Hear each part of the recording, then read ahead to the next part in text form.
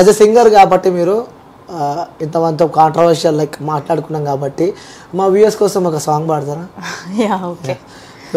కమ్మని ఈ ప్రేమ లేఖలే రాసింది హృదయమే, ప్రియతమా నీ వచట కుశలమానే నిచట కుశలమే, ఊహలన్నీ పాటలే కనుల తోటలో, తొలి కలల కవితలే మాట మాటలో, ఏహే కమ్మని ఈ ప్రేమ లేఖలే రాసింది హృదయమే,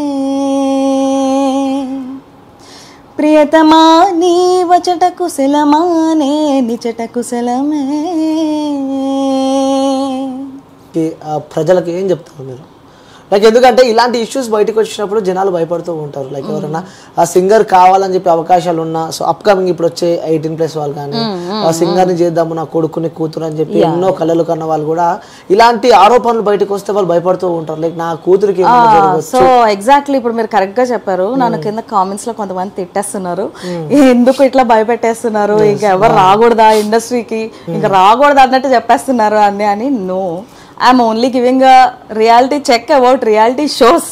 అన్నిటికీ ప్రిపేర్ అయ్యండి, అది నేను చెప్పేది. ఎగ్జాక్ట్లీ ఇప్పుడు మీరు క్యాచ్ చేశారు కరెక్ట్ గా. ఏంటి అంటే చాలా స్మూత్ గా ఉంటది అనుకొని రావద్దు, ఎందుకంటే బాధపడతారు. అండ్ నేను చెప్పేది ఏంటంటే మీరు రావద్దు, ఇంట్లో ఆగిపోండి, ఇక్కడ వేస్ట్, ఇక్కడ ఏం జరగదు, అది కాదు నేను చెప్పేది. ఏంటంటే ఇండస్ట్రీలో పైకి రావాలంటే అది అందరి వలన అయ్యేది కాదు, దానికి ఒక టైం అనేది ఉంటది. నేను ఇప్పుడు వచ్చి రేపు సక్సెస్ అయిపోవాలి అని అనుకుంటే కుదరదు. దానికి ఒక లాంగ్ ప్రాసెస్ ఉంటది, దానికి మనం మెంటలీ మనం ప్రిపేర్ అయి రావాలి.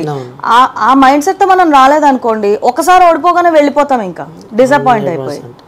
సో అట్లా చేసుకోవడం వల్ల యూజ్ లేదు. వచ్చే వాళ్ళు రండి, హ్యాపీగా రండి, ప్రాబ్లం ఏం లేదు.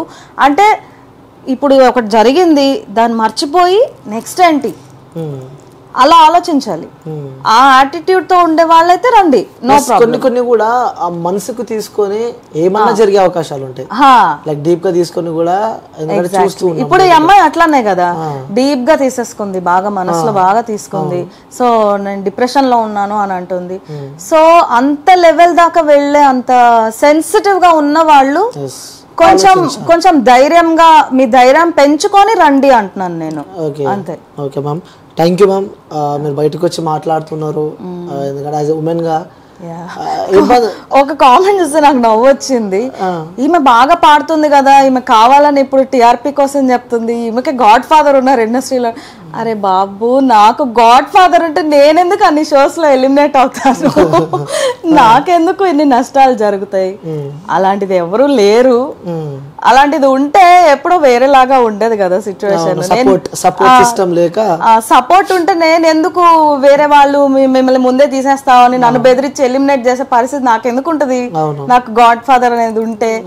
నేను గెలిచాను, కొన్ని షోస్ లో నేను గెలిచా. కొంతమంది అది కూడా అంటున్నారు, మీరు గెలిచారు కదా, ఈ అమ్మాయి గెలిచి కూడా ఇట్లా మాట్లాడుతుంది ఏంటి? అవును గెలిచాను, కానీ ఆ షోలో ఎన్ని జరిగినాయి వాళ్ళకి తెలుసా?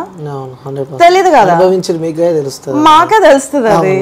సో జరుగుతాయి, అవన్నీ జరుగుతాయి. నేను ఏం అబద్ధాలు చెప్పట్లేదు, నాకు జరిగింది మాత్రమే నేను చెప్తున్నాను. నేనేమి వ్యూస్ కోసం చెప్పట్లేదు, అలాంటిది ఏమీ లేదు. Okay, so